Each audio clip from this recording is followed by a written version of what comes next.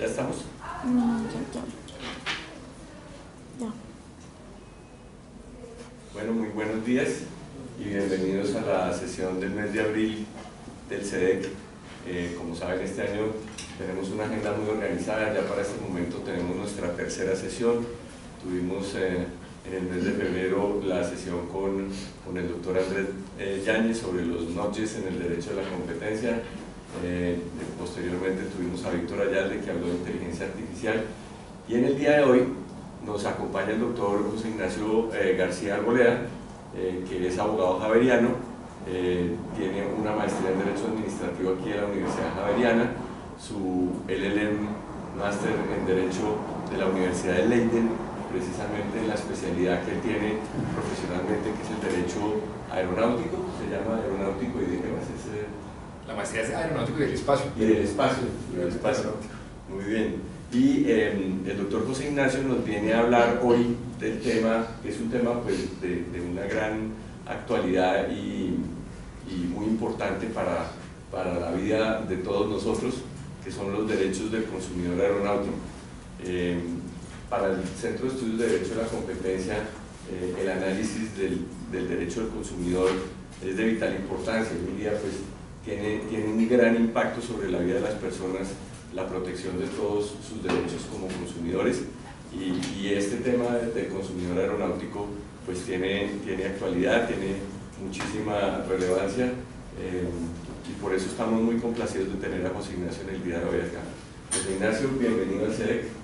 Tienes el foro para que nos expliques. Muchas gracias, doctor Miranda. Para mí es sin duda un verdadero honor poder estar aquí en este foro, pues no solamente por la importancia que tiene el CEDEC, sino por lo que el derecho del consumo, los derechos del consumidor significan para la competencia.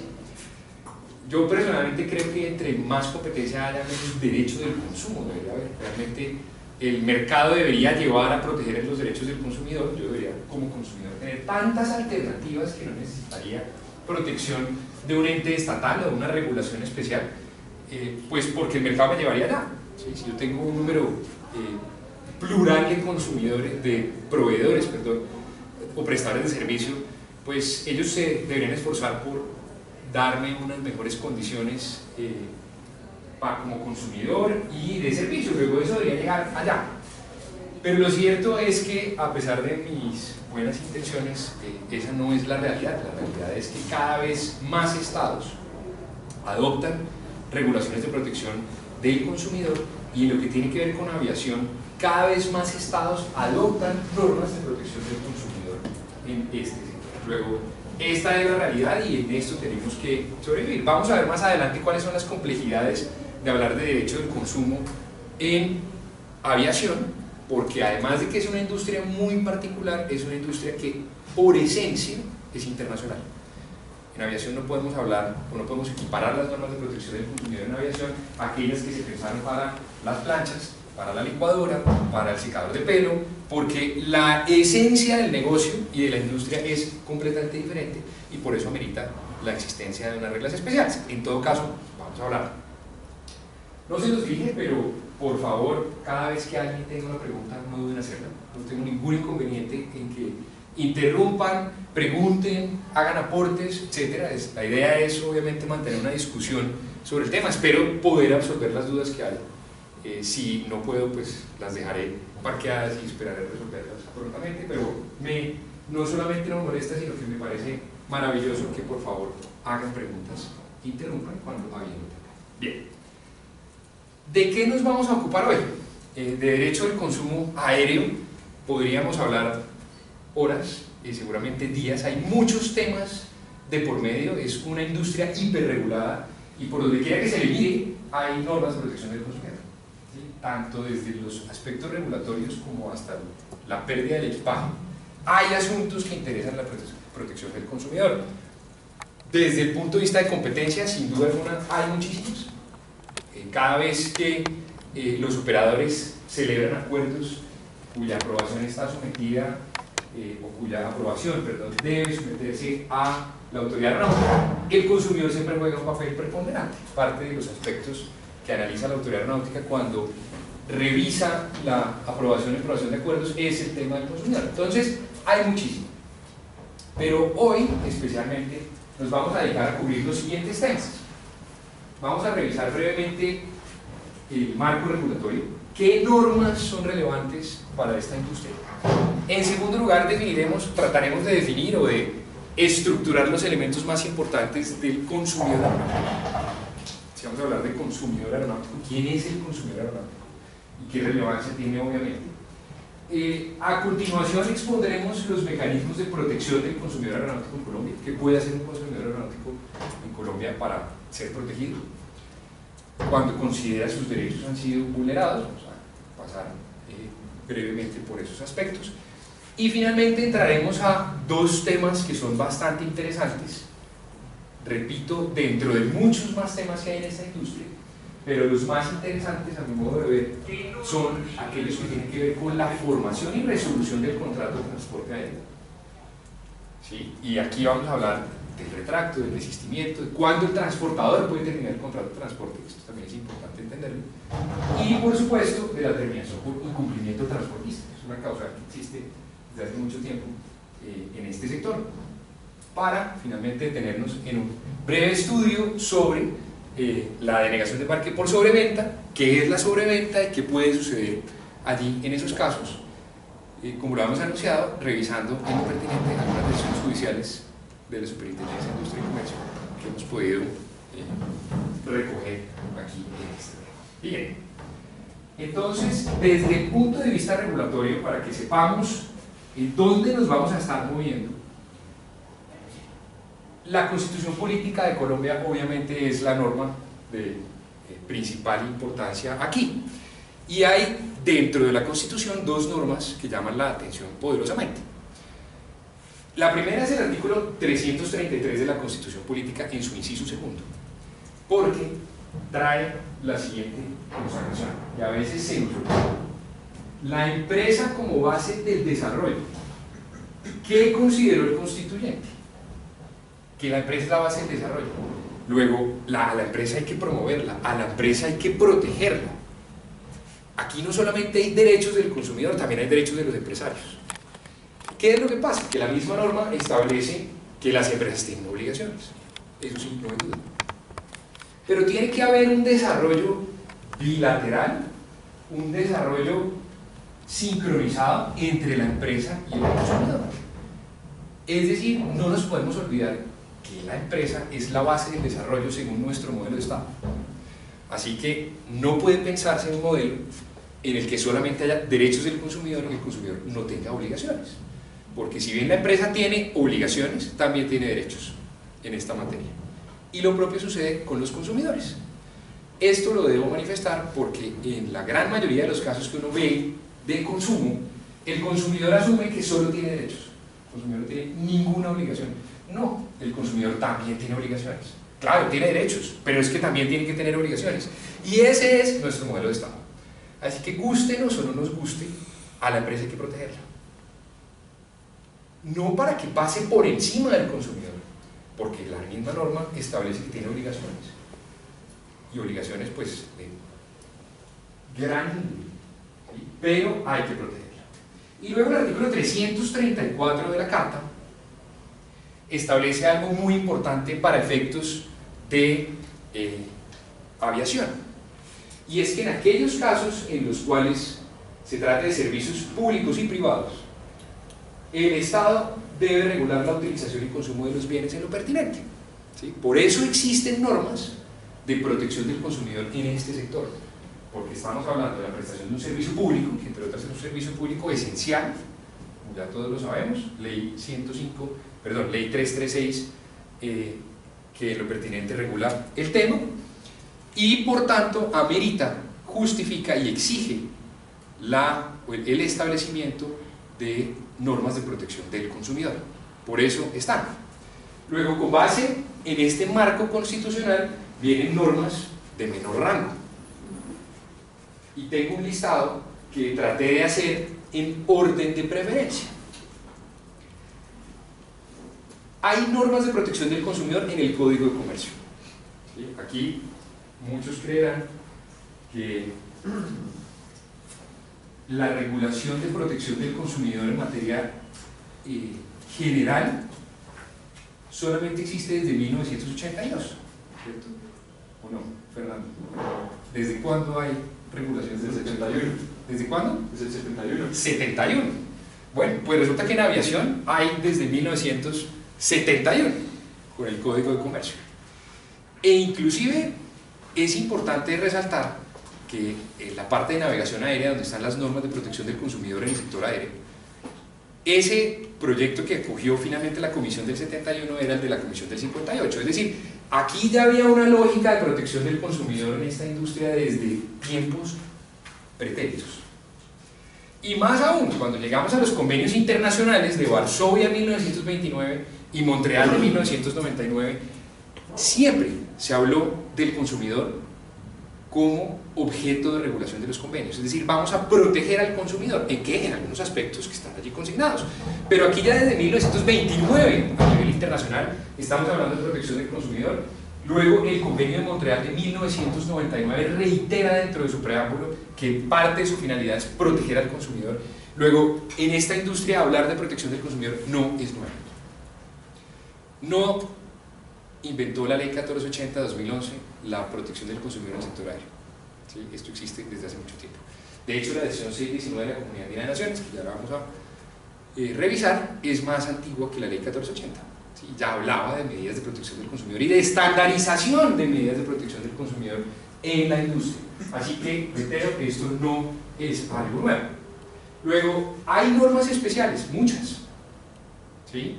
Primero, Convenio de Varsovia 1929 y del Sistema Varsovia, porque realmente no es un solo convenio, sino que son múltiples tratados internacionales que a lo largo de los años fueron modificando las reglas iniciales del Convenio de Varsovia de 1929. ¿De qué se ocupa el Convenio de Varsovia de 1929? ¿Alguien sabe? ¿Alguna idea? ¿Montreal? Tampoco.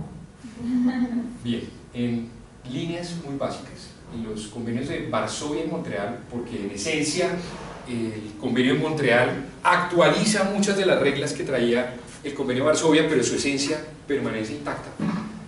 Estos convenios se establecieron como una solución a los problemas de derecho internacional privado frente a una industria que en su sangre es internacional. La industria de la aviación no es una industria de parroquia. ¿Sí? No es mirar el barrio. La industria de la aviación mira el planeta. Siempre. Hasta en un vuelo que yo haga entre Bogotá y Villavicencio, está de por medio la aviación internacional. ¿Sí? Así yo no me doy cuenta. Luego, cualquier decisión y cualquier problema que exista en aviación es del resorte internacional.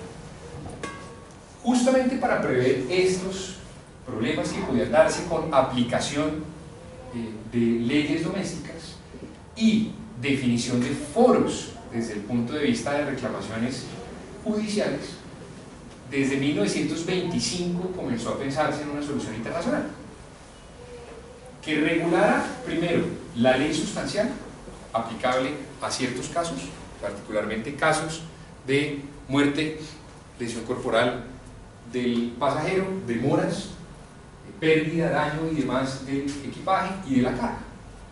Entonces, lo que pretendieron en su momento fue: vamos a regular el aspecto sustancial. No dejemos que esto caiga en manos de don Andrés Bello, ni del Código Civil Napoleón, ni de las reglas especiales de Inglaterra y Gales. No dejemos que eso caiga ahí, porque donde eso caiga ahí, hasta ahí llega la industria.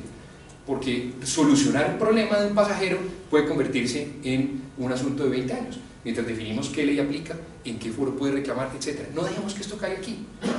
Vamos a establecer una regulación uniforme. Y vienen los convenios con su regulación uniforme en esas materias, incluida la de responsabilidad civil por demoras. Eso está inventado. Luego, esa es la esencia de los convenios: regular uniformemente la responsabilidad civil del transportista y los foros en los cuales el pasajero o sus herederos pueden presentar reclamaciones en contra del transportista. ¿Listo? De eso se ocupan los convenios.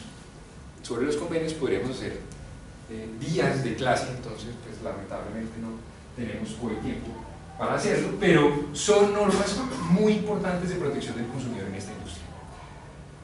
¿Qué viene a continuación? El Código de Comercio, como ya lo hemos hablado, tiene varias reglas. Una de ellas muy interesante que la vamos a ver, y de hecho bastante avanzada si uno mira la época en la cual fue plasmada. La vamos a estudiar. A continuación viene la decisión 619 de la Comunidad Andina de Naciones. Primera pregunta, ¿qué es la Comunidad Andina de Naciones? ¿Alguien sabe qué es eso? ¿Habían escuchado la Comunidad Andina de Naciones? ¿Sí? Ajá. Sí. Entre hoy en día Ecuador, Colombia y Perú. Perú y Bolivia. Ay, Bolivia. Estaba Venezuela, pero cuando el comandante Chávez estaba al mando, pues obviamente sus políticas iban en contravía de un tema de libre comercio. Digamos, la esencia de la Comunidad Andina de Naciones fue esa, el libre comercio entre los países, llegar a acuerdos bastante liberales entre ellos, y nace a partir del Acuerdo de Cartagena. Pocos nos acordamos de la Carta. Por allá, ¿no cree que existe? ¿Que no existe? Sí existe. Y en materia de transporte es bastante relevante. Y no solamente es un tema de libre comercio, sino que adicionalmente tiene potestades regulatorias. Entonces hay un derecho andino, hay normas andinas. Pregunta, ¿qué fuerza normativa tienen esas normas andinas? Que se llaman decisiones, por cierto. Sí, exactamente. ¿Señor? No, el superior en la pirámide, pues, Es una norma supranacional. ¿Sí? Es un poco la emulación del derecho europeo. El derecho europeo es más sofisticado por la concepción de la Unión Europea. Pero las decisiones pueden ser reglamentos europeos, si uno lo quiere ver de esa manera. Son normas supranacionales que a muchos se les olvida que existen. ¿Sí? Ahí están. ¿Sí? Y trae obviamente una cantidad de consecuencias ignorar esas normas supranacionales. En materia de protección del consumidor aeronáutico existe la decisión 619 del año 2005. La decisión 619 de la Comunidad Andina de Naciones regula exhaustivamente los temas de protección al consumidor aeronáutico. Trae muchas normas bastante interesantes sobre el tema, y vamos a ver más adelante cuándo aplica, porque la verdad es que aplica, a mi modo de ver, inclusive en cualquier vuelo doméstico colombiano.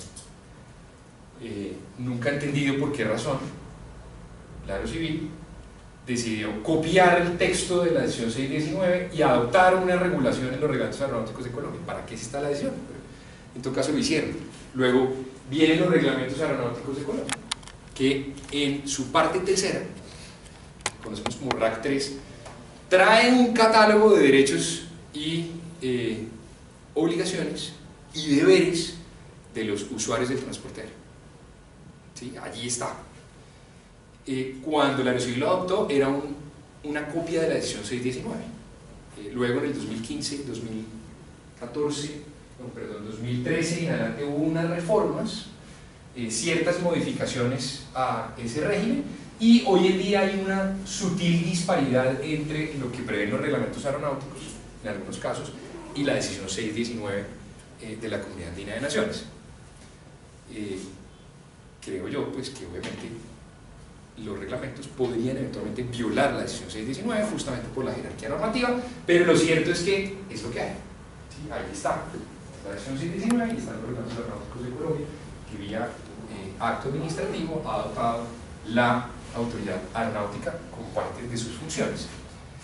Pero de nuevo es un catálogo de normas especiales, ¿sí? De protección del consumidor en el sector aeronáutico. La aeronáutica civil en el año 2012, digamos, para acompasar la entrada en vigencia del Estatuto de Protección del Consumidor, la Ley 1480-2011, expidió la resolución 1582 de 2012, que se ocupa de temas de información en la industria. Luego, las reglas que aplican en materia de información que debe brindársele al consumidor están contenidas en la resolución 1582 del año 2012, muy similares a aquellas que prevé la Ley 1480. Realmente, si uno compara las dos, las diferencias son pocas, pero la aeronáutica civil adoptó su regulación para la industria a través de este acto administrativo. Y finalmente tenemos la Ley 1480 de 2011, Estatuto de Protección del Consumidor. ¿Por qué la dejo de última? ¿Cuándo aplica la Ley 1480? ¿Cuándo qué? Exactamente.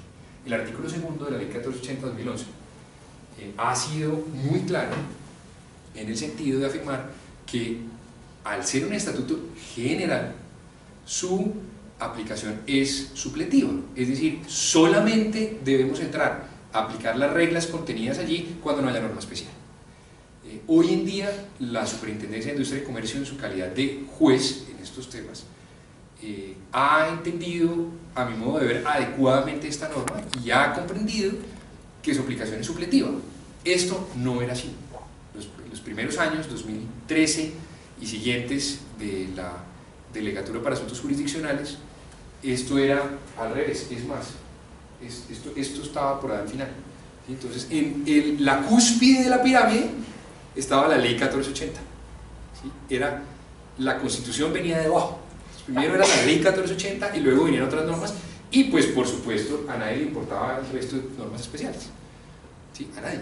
Y había unas tesis, a mi modo de ver, equivocadas, de que la Ley 1480 básicamente había derogado el Código de Comercio, el Código Civil, pues por supuesto los actos administrativos nadie los miraba. Por allá pues un día me dijo, ah no, los actos administrativos son para la civil. A mí eso no me importa, yo tengo que aplicar la Ley 1480. Entonces, no, un segundito, el artículo 230 de la Constitución trae una norma fabulosa, y es que el juez está sometido al imperio de la ley, no de la Ley 1480, de la ley.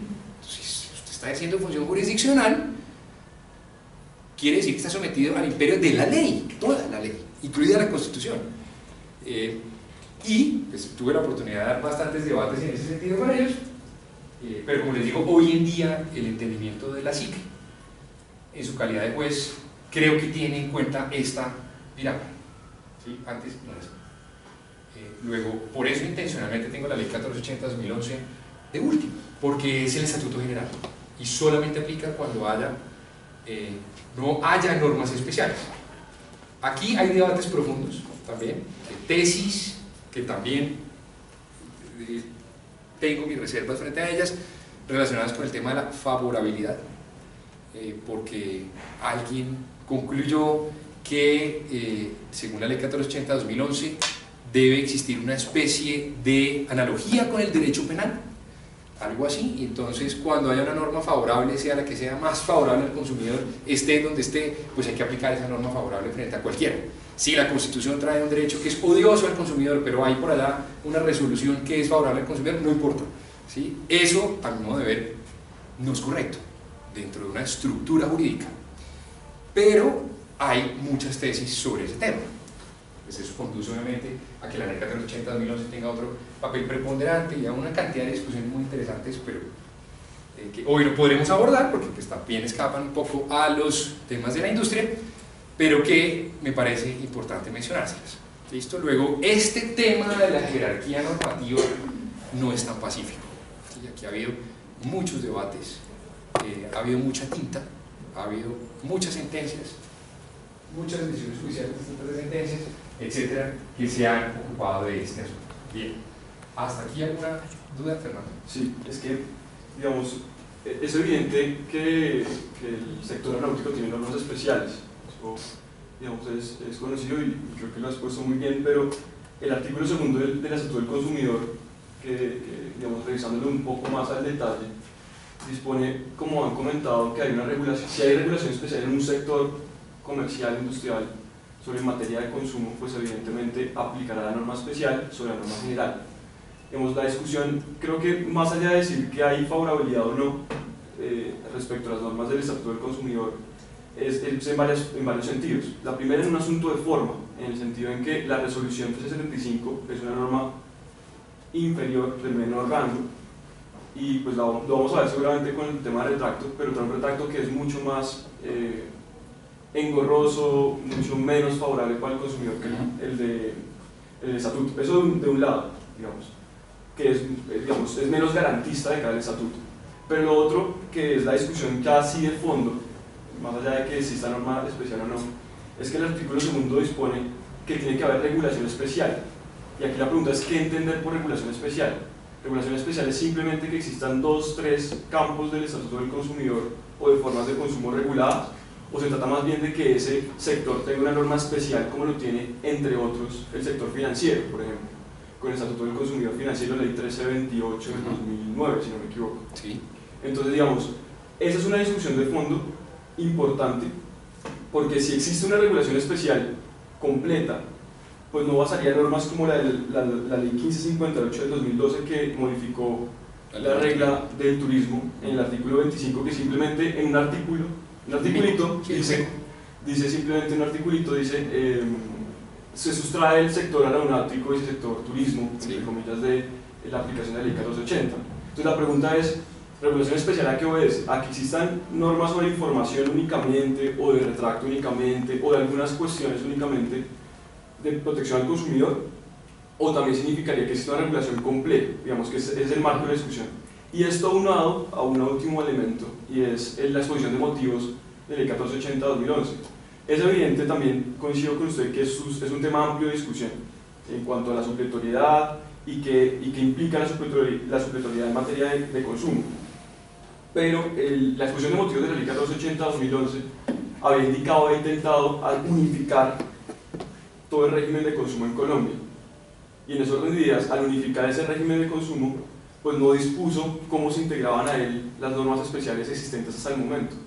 Entonces digamos que ahí hay un vacío, y la concepción del legislador en su momento había sido la de tratar de concentrar todo en el Estatuto del Consumidor.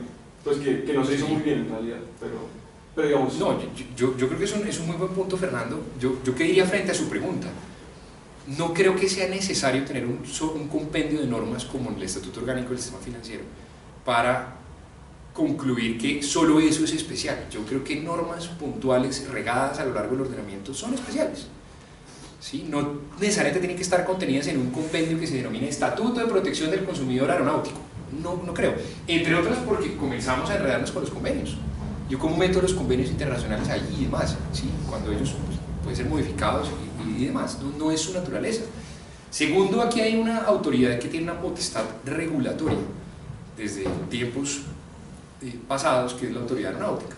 ¿Sí? A diferencia de lo que ocurre con otros sectores, aquí el legislador, un poco siguiendo los estándares internacionales, decidió que la autoridad aeronáutica regule. Entonces eso también nos complica un poco la situación desde ese punto de vista. Y tercero, entiendo el tema de la exposición de motivos, pero si uno lee el artículo segundo, pues creo que no tiene que entrar a discutirlo mucho más allá, o a exigirle cierta calificación a las normas especiales para que sean especiales, que dice lo siguiente: objeto. Las normas de esta ley regulan los derechos y las obligaciones surgidas entre los productores, proveedores y consumidores, y la responsabilidad de los productores y proveedores tanto sustancial como procesalmente. Las normas contenidas en esta ley son aplicables en general a las relaciones de consumo y a la responsabilidad de los productores y proveedores frente al consumidor en todos los sectores de la economía, ahí viene el tema, respecto de los cuales no exista regulación especial, evento en el cual aplicará la regulación especial y suplementariamente las normas establecidas en esta ley. Su interpretación va más hacia, como dice, sectores, entonces tiene que ser un compendio de normas absoluto, y si no existe ese compendio, pues se aplica la ley 1480-2011 sobre las normas especiales. Yo no creo que esa sea la lógica desde mi punto de vista, ¿sí? Esto, pues, aunado a las normas de interpretación de la ley 153, pues, permitiría concluir que norma especial, por chiquita que sea, por aislada que sea, por mico que sea, como el de la ley 1258, perdón, que es sin duda un mico, porque de repente el artículo 25 habla del turismo, y por allá viene un parágrafo y dice: queda excluido el sector aéreo, porque es así, no siquiera dice turismo, el sector aéreo, algo así. Tampoco dice excluido la ley 1480, dice queda sometido a la autoridad aeronáutica, es algo así, ¿sí? Que claramente no tiene nada que ver con el resto de la ley, pero ahí está. Creo que sigue siendo una norma especial, ¿sí? Yo no puedo, sobre texto de que hay un estatuto general, considerar derogadas todas las otras normas. Ahí hay otro problema jurídico muy interesante, que es que la resolución 1375, me estoy adelantando para los que no lo saben, que regula el derecho del tracto en materia de transporte aéreo, es de inferior jerarquía y que el artículo 47 y tal cosa. Hay una solución, hay dos soluciones prácticas para eso. La primera, existe, esta discusión también lo di yo una vez con los jueces de la SIC. ¿Qué pasa si un acto administrativo, primero pregunto, si yo soy juez y tengo un acto administrativo, ¿tengo que aplicarlo, sí o no? ¿Es una norma jurídica? Sí. Y cuando la Constitución dice que estoy sometido al imperio de la ley, eso incluye los actos administrativos de carácter general, son normas jurídicas, tengo que aplicarlas. ¿Qué puedo hacer para inaplicarla?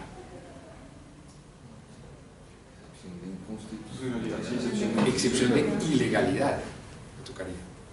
¿Sí? Eso está reservado al juez administrativo.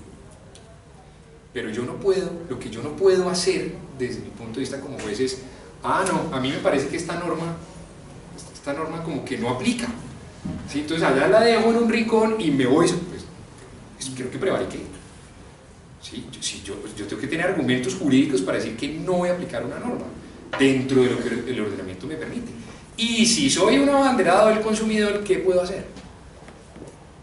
Porque creo que esa norma viola y atenta contra el ordenamiento superior y demás, ¿qué hago? La demanda. Ahí están las instituciones, entonces me voy, ¿sí? Presento una acción de nulidad simple, nulidad, ¿cómo se llama? Nulidad simple, y intento llevar ante el juez contencioso administrativo el debate sobre la legalidad del acto administrativo. Y ese juez dirá si la suspende, si la anula, si no la anula, ese juez se encargará de ese tema. Pero yo lo que no puedo hacer como juez, que me parece peligrosísimo, es, aquí yo tengo una cosa que se llama Ley 1480, y todo lo que sea odioso a ella, lo ignoro. ¿No? Hay mecanismos para controlar esas normas. Si creo que son inconstitucionales, ilegales, pues las demando y demás. Eso es lo que yo creo con la Ley 1375. Y de nuevo, que hay un acto administrativo especial que es medio contrario a la otra, entonces ¿cuál aplico?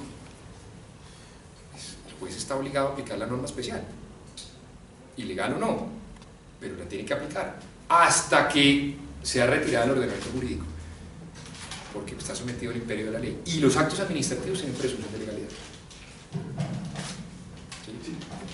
Sí, de acuerdo, sino simplemente como para hacer el punto que, vuelvo e insisto, es bastante discutido. Total. Es simplemente un poco como en línea también lo que ha manifestado el superintendente, en el sentido de decir que si no, esto lo que genera es una atomización de cada sector. Entonces tendríamos leyes de consumo de turismo, leyes de consumo del sector financiero, y termina generando, digamos, la falta de finalidad o de concepción que ha tenido la Ley 1480, que es tratar de unificar, pero perfectamente entendido y comprendido como el tema de discusión. Listo, pero igual, desde el punto de vista, perdón si he escuchado al superintendente en ese punto particular, pero pues una cosa es querer unificar y otra cosa es lo que dijo el legislador. Yo entendería el debate si aquí dijera, este es el único, esta es la única norma que regula los derechos del consumidor. Pues ahí sí claramente, es que básicamente lo que está diciendo es el resto de normas están derogadas. ¿Sí? Pero ya el legislador lo dijo, y es una norma posterior, entonces se puede entender que derogó tácitamente la otra, etc. Pero el legislador, por el contrario, lo que dijo es, esto es general y es supletivo. Pero claro, conveniente o no que terminen atomizando. Ese es otro debate, porque yo también me he encontrado con personas que dicen, es que la Ley 1480 de 2011, eso está pegadito a la Constitución, eso está allá, eso está entronizado. Pero ¿de dónde? ¿Cuál es el fundamento? ¿Por qué? Es una ley ordinaria. Exacto, es que ahí viene también la denominada ley estatutaria, pero en realidad el curso que tuvo fue ley de ley ordinaria. Fue un trámite de ley ordinaria. Exactamente. Y aún siendo ley estatutaria, hay jurisprudencia de la Corte Constitucional en donde se afirma que no es que exista una jerarquía de leyes, no es que si yo tengo una ley ordinaria viole una ley estatutaria, no, eso no es así. Entonces, pues yo entiendo muy bien, porque normalmente quienes se abanderan de ese tema son los que dicen, es que aquí las empresas acaban con el consumidor y lo aplastan, entonces por fin llegó la ley 1480 que esta sí, y entonces se abanderan de la ley diciendo, esta es la salvación y por eso todo el que intente atacarla, pues es una especie de demonio que hay que controlarlo, ¿sí? Yo no creo que sea así. Trae normas, la ley 1480 trae normas interesantísimas, y si le digo mi experiencia, Fernando, me parece que en el sector aeronáutico cada vez más se ha logrado armonizar ciertas normas del Estatuto de Protección del Consumidor con la regulación especial, ¿sí? Uno ya ve a los jueces, claro, con su regulación general de efectividad de la garantía, por ejemplo, pero hay que mirar qué dice el reglamento aeronáutico frente a denegación de embarque por sobreventa, vamos a ver, ¿sí? Y esa es la regulación especial de la garantía, que entra dentro de ese esquema de la ley 1480. Es una especie de convivencia armónica. Yo no veo, ya leo la palabra a Juan, yo no veo problema en atomizar las cosas, no necesariamente, siempre y cuando exista una justificación. Lo que yo personalmente sí combato es la hiperregulación, porque ya llegamos a un mundo en el que es imposible sobrevivir sin violar una norma porque nadie las conoce. Entonces, claro, tampoco se puede llegar a la hiperregulación, pero no, yo personalmente no vería per se odioso tener regulación especial. Ejemplo, ¿qué hacemos con una sobreventa si aquí la ley 1480 pues, ni siquiera habla de aviación? No, pues hay temas que están... Hay temas que ameritan una regulación especial. ¿Sí? Una última cuestión, ¿por qué razón respecto al tema del retracto? Entonces, ¿por qué razón había un proyecto de ley que permitía o buscaba incluir el retracto aeronáutico dentro del estatuto? Porque fíjese que igual esa inclusión zanja de toda concepción la discusión, porque si ya uno dice está regulado dentro del estatuto del consumidor el retracto aeronáutico, pues evidentemente ya sale por fuera de la discusión. Pues yo no conozco ese proyecto, supe que existió, no sé Juan si a usted le tocó. Para allá iba el punto. Sí. Eso no le hagan caso, eso es un tema político, una manera de, digamos, cuando hablan de, yo creo que 3 cosas en el Congreso de la República: bancos, celulares y aviones, todo el mundo paga boleto y respeto, para ver cómo les dan duro a las empresas. Y una de esas fue ese proyecto de ley que salió de un representante de la Cámara que pues, tuvo un inconveniente abordando una aerolínea. Entonces dijo, voy a hacer un proyecto de ley, y empezamos desde la industria a tratar de contener eso, precisamente porque la discusión está en proteger la especialidad de la industria. Pero eso no tuvo nada, digamos, no tuvo ningún análisis legal, y es que queremos que la especialidad esté incluida en la 1480 y que haya un retracto especial para el consumidor aeronáutico. No, eso no fue así. Pero mi punto de vista es que si nos vamos un poquito más atrás a la discusión de por qué existe ese respeto a los sectores con regulación especial, más allá de lo legal, es porque esos sectores tienen una especialidad en su modelo de negocio que la misma Constitución, como ahorita lo decía Ignacio, pues hay que protegerla. El modelo de negocio de la industria aérea tiene ciertas particularidades y muy especiales, y bueno, que ahorita los vamos a ver, que hacen que, por ejemplo, el derecho de retracto de la 1480 acabe con las tarifas económicas, las acaba, punto. ¿Por qué? Porque el modelo de las aerolíneas está diseñado para eso, el modelo actual. Inclusive el que está vigente en RAC 3, pues tuvimos ciertas discusiones porque aún sigue atentando contra esa figura, y no sé si hoy Colombia sigue siendo el único país que tiene 2 figuras para terminar anticipadamente el contrato de transporte, uno es el desistimiento de otros contratos. Somos como el único país en el mundo en el que tenemos esa situación. Eso es cierto. Camila, ¿tenías? No, digamos que iba como por la línea de lo que estás diciendo tú, y es que digamos que precisamente hay una autoridad que regula específicamente el sector por las especificidades del sector. Aquí específicamente hablando de retracto de desistimiento, hay unos temas muy puntuales que aplican para la regulación de tarifas, incluso es la autoridad aeronáutica la que aprueba las tarifas, el listado de tarifas con ciertas condiciones que le pasa a la aerolínea, y pues hay una razón de ser de la diversificación de los servicios de las aerolíneas. Entonces digamos que hay unas especificaciones, hay unos temas muy puntuales que aplican en el sector que justifican que haya una regulación especial y que no aplique la norma general. Entonces pues iba como en línea con lo que estaba diciendo. Exacto, aquí esta industria es muy peculiar porque primero responde a la necesidad de prestar un servicio público esencial, y segundo tiene que moverse dentro de un esquema de libre competencia, pero con unos costos de unas inversiones absolutamente enormes. Eso hace que sea bastante peculiar, y por eso es que yo personalmente no creo que uno pueda comparar las normas pensadas en la plancha para Doña María, que es el ejemplo del superintendente, es que Doña María va y compra la plancha y la plancha le sale mala y demás. ¿Sí? No creo que uno pueda aplicar, ver así fácil las normas pensadas para la plancha de Doña María a la operación de aeronaves. pues hay una diferencia de industria monumental que justifica esa existencia de normas especiales. Pero bueno, ese es un tema en el que ha habido discusiones, planteamientos, posiciones interminables. Con nuestro sistema judicial pues todo puede cambiar. ¿Sí? De repente pues vienen otros jueces y dicen, ah no, qué pena, ya no, sí, esto de que la regulación especial aplica, no, ya a mí ya no me parece. Y vuelve y sale la tesis la tesis penalista de Ley 1480, 2011 mata cualquier norma que sea odiosa, la mata, la aniquila de pleno derecho. Entonces yo la ignoro. Es que yo he tenido sentencias, Fernando, donde digo miércoles, pues yo me toca pues botar el cartón. Don Andrés Bello no sirve, el Código de Comercio menos, eso será para tener a la mesa, ¿sí? y la Constitución también, ¿sí? Pues el juez dice, yo solamente leo pedacitos de la norma, pedazos de la norma. Y yo ese día dije, pues, esto no puede ser, esto no, o sea, dentro de una seriedad de ordenamiento jurídico yo no puedo hacer eso. Si no me gusta la norma, la demando, para eso tengo mecanismos, pero no puedo ignorarlas, como quiera. Que en línea con lo que usted está diciendo, digamos, hoy en día hay como se volvió una vaina grandísima el pro víctima, pro indubio, pro reo, indubio, pro operario, etcétera, etcétera, y esa concepción es peligrosísima. ¿Por qué? Porque es que, digamos que el indubio pro consumidor, ¿sí?, está hecho para tres casos específicos. Cuando dos normas de misma jerarquía se contradicen, pues toca aplicar la que es más... pero dentro de la ley 1480. Exacto, dentro de la ley 1480. Si hay dos normas de la 1480 que se contradicen, pues sí aplique la que es más favorable al consumidor. Dos, cuando la norma es ambigua, pues toca hacer la interpretación, digamos, que más se ajusta al consumidor.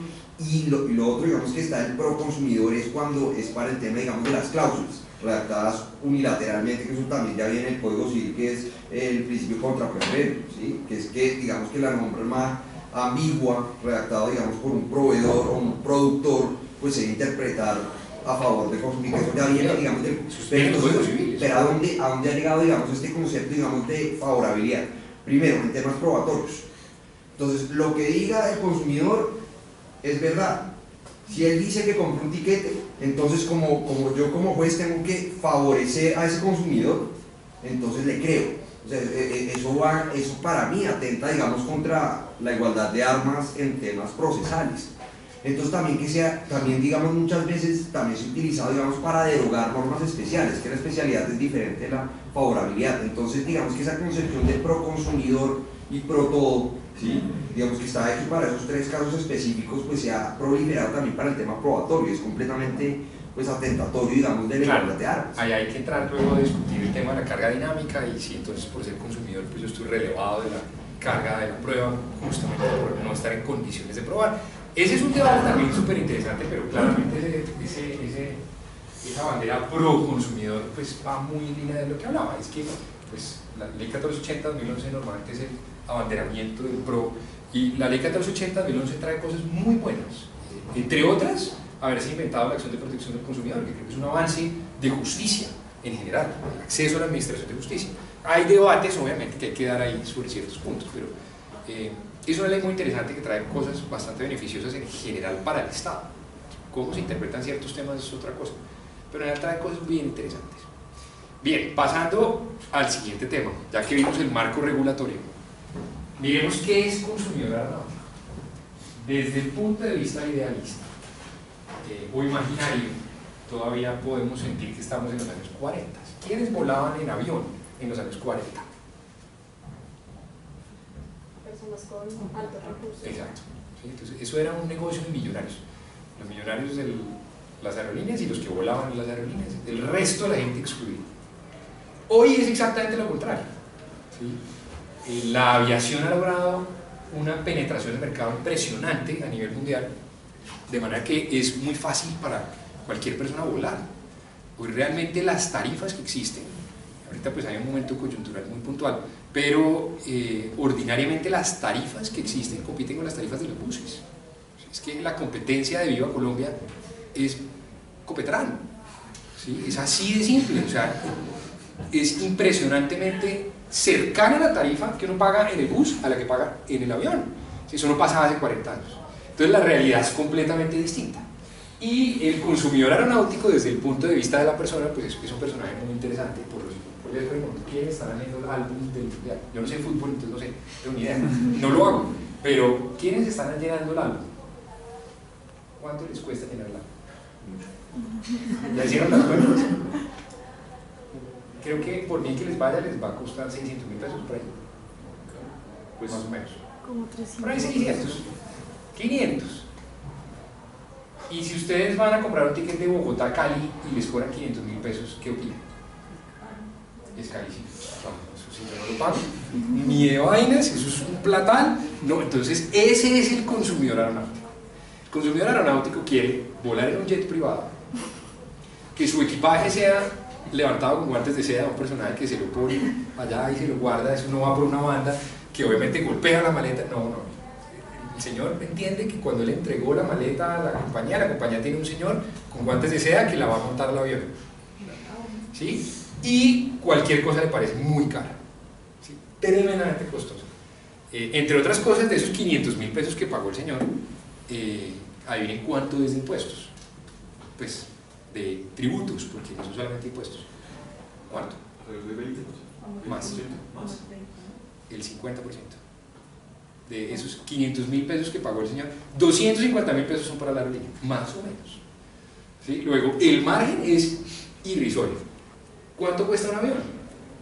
Solo por curiosidad. ¿Cuánto creen que puede costar un A320? Bueno, el mío es más caro, pero 60 millones de dólares más o menos. Un avión. Y eso lo tengo que multiplicar por 100, pues imagínense el nivel de inversión que tiene que haber ahí. Solamente para hablar del activo, ¿no? Pues la operación, los pilotos, los salarios. Es un tema gigantesco, pero pues eso no es problema del usuario. O sea, el usuario paga su tiquete y listo. Pero ese es el consumidor, ese es el tipo de persona que usualmente tienen las aerolíneas de cliente, en promedio. Desde el punto de vista jurídico, porque esto es pues desde el punto de vista de persona, desde el punto de vista jurídico realmente no hay una definición puntual de quién es consumidor aeronáutico. Luego ahí sí tenemos que llegar a la ley 1480-2011. Los RAC 3 hablan vagamente de a quiénes le aplica la regulación. Y lo que dice es, mi regulación le aplica a los pasajeros de aerolíneas comerciales. Entonces ya sabemos que el consumidor desde el punto de vista de la regulación de los RAC 3 está delimitado por aquella persona natural que es un pasajero. Entonces el consumidor para efectos de los RAC es solo un pasajero, que es aquel quien, entre otras cosas, según los RAC 1, ha celebrado un contrato de transporte. Entonces tenemos un contrato de transporte, pasajero, pues justamente por el contrato de transporte, y aerolíneas, no más. Es una definición bastante limitada. Es más conveniente la que prevé la ley 1480-2011, que en su artículo 3º, definiciones, perdón, el artículo 5º, definiciones, numeral 3º, define el consumidor o usuario de la siguiente manera: toda persona natural o jurídica, ya también tenemos personas jurídicas consumidores, también lo son para efectos de la industria, que como destinatario final adquiera, disfrute o utilice un determinado producto. Destinatario final. Hay unas pequeñas excepciones por allí para las personas jurídicas. Cualquiera que sea su naturaleza para la satisfacción de una necesidad propia, privada, familiar o doméstica y empresarial, cuando no esté ligada intrínsecamente a su actividad económica, se entenderá incluido en el concepto de consumidor el usuario. Luego, para fines prácticos, la definición de consumidor aeronáutico es básicamente aquella que está prevista en el numeral 3º del artículo 5º de la ley 1480-2011, no hay otra regulación, y que pues obviamente se limita a la industria aérea, a consumir servicios de transporte aéreo. ¿Cuáles? Hay muchísimos. ¿Sí? Materia de pasajeros, de carga, de correo, etc. Hay muchos servicios que presta la industria aérea, y pues por supuesto quien los adquiera bajo esa definición es consumidor aeronáutico. ¿Qué relevancia tiene ser consumidor aeronáutico para efectos de mecanismos de protección judicial? Me estoy anticipando, pero no sé si alguien ya lo pueda prever. ¿Para qué me sirve ser o no ser consumidor en la práctica? ¿Ah? Para que me aplique. Bueno, esa también, sí, esa también. Pero procesalmente, ¿qué más? Legitimación de la causa. Legitimación de la causa por activa. Porque resulta que la pretensión de protección del consumidor, que no es acción dentro de lo que debe entenderse por acción, sino la pretensión de protección del consumidor, está exclusivamente destinada a los consumidores. Así que si yo no soy consumidor, yo no estoy legitimado en la causa por activa para formular esa pretensión. Es un aspecto preliminar que tengo que tener en cuenta. ¿Y por qué la Superintendencia de Industria y Comercio en calidad de juez solamente puede conocer temas de consumidores? Porque la Superintendencia de Industria y Comercio es una autoridad administrativa que excepcionalmente ha sido investida de funciones de administrar justicia. De acuerdo con el artículo 116 de la Constitución Política, esta competencia es restrictiva y ellos han sido muy juiciosos en esa interpretación normativa y en exigir la clara prueba de la calidad de consumidor. Si no se acredita la calidad de consumidor, no se está legitimando la causa por activa en la pretensión de protección del consumidor. Puedo ir donde el juez civil municipal, el juez civil del circuito, donde quiera, pero no puedo venir a ejercer la pretensión de protección del consumidor ni ante el juez civil ni ante la Superintendencia de Industria y Comercio. ¿Sí? Por eso es muy importante entender qué es consumidor. ¿Sí? Claramente el beneficio sustancial es voy en coche. ¿Sí? No sé, yo creo que todos han visto La Casa de Papel. ¿Sí? Pero no sé si se acuerdan de la escena en donde hablan del partido entre Camerún y Brasil. ¿Se acuerdan? Sí. ¿Y cuál es la conclusión? Todos apuestan por el más débil. Todos apuestan por el más débil. Y luego dice, el profesor dice, es humano hacerlo. Es así. Normalmente el juez, por más juez que sea, por más independiente y por más serio que sea, dice, miércoles, que yo también soy consumidor. Yo también soy consumidor, entonces pues yo entiendo aquí a la pobre señora que vino aquí al tema. Vamos a ver qué podemos hacer para la señora dentro de mi competencia. Pues claramente no. ¿Sí? No, eso no quiere decir que el juez automáticamente le dé la razón al consumidor, pero si el consumidor por A, B o C razón pues tiene un beneficio, ¿sí? Normativo, práctico y demás. Ser consumidor es maravilloso. Cuando uno está del lado activo en esos temas es una delicia, se siente uno tranquilo. ¿Sí? Del otro lado pues la cosa es un poquito más compleja, pero bueno. Entonces, ¿qué mecanismos de protección del consumidor existen en este sector, George? Que antes, digamos, de seguir, creo que es importante decir que, digamos, que de acuerdo con la jurisprudencia, digamos, de la SIC se le puede decir así, se ha entendido, digamos, que consumidor es o aquel que paga, claro, por el que, digamos, no sé si usted podría... No, pero por eso la definición es lo suficientemente amplia. Fíjense que va más allá del contrato. No interesa el contrato. El contrato es un elemento. Los RAC 3 se afianzan al contrato transitorio. La definición de la ley 1480 no se pasa por encima del contrato. ¿Sí? No interesa ese contrato, no. Por eso, por ejemplo, en materia de retracto o desistimiento, claramente hay que entrar a ver allí la regulación especial y ver en qué casos, qué puede pedir quién. Pero por eso, en consumo, en estos temas aeronáuticos, pues la jurisprudencia de la superintendencia ha diferenciado el que paga de la parte contractual. El pasajero tiene unos derechos, pero es que el que paga también tiene otros derechos. También es consumidor. ¿Sí? Y ese no es la parte del contrato de transporte. ¿Sí? También tiene unos derechos y también es consumidor. Claro, porque esta definición es suficientemente amplia para permitir que eso entre así. ¿Listo? Entonces, ¿qué mecanismos existen? Hay dos autoridades fundamentales en este tema. La primera es la Autoridad Aeronáutica, la Unidad Administrativa Especial de Aeronáutica Civil, que no tiene funciones jurisdiccionales. El único lugar del mundo, creo, de los pocos en el mundo, donde hay unas cortes especiales para temas de aviación, adivinen en dónde queda. Ahí lo vas a ver, en Venezuela. Sí, Venezuela es un país que tiene cortes marítimas y aeronáuticas. Creo que es el único lugar del mundo, o de los pocos, no conozco realmente otros ejemplos, pero Venezuela lo ha tenido siempre, pero es la excepción. El resto de países, pues los temas aeronáuticos se ventilan en los jueces, ante los jueces ordinarios. Eso quiere decir que la autoridad aeronáutica no tiene función jurisdiccional y jamás se ha pensado, al menos en el tiempo reciente, en darle función jurisdiccional a la autoridad aeronáutica para que los temas del sector aeronáutico sean resueltos por jueces que dependan de esa entidad. El tema de ejercicio de funciones jurisdiccionales por autoridades administrativas tiene grandes inconvenientes, grandes riesgos, grandes enemigos, también tiene pros. Hay muchos temas de la Superintendencia de Industria y Comercio que me parecen a mí personalmente espectaculares. Hay muchos temas increíbles que seguramente no se habrían podido sacar si no se tratara de una autoridad administrativa con independencia, ¿sí? Con independencia presupuestal y demás. Luego, esto es un debate monumental, pero simplemente para estos efectos, la autoridad aeronáutica claramente no tiene funciones jurisdiccionales. La Superintendencia de Industria y Comercio sí, y por eso es un actor muy importante en este sector.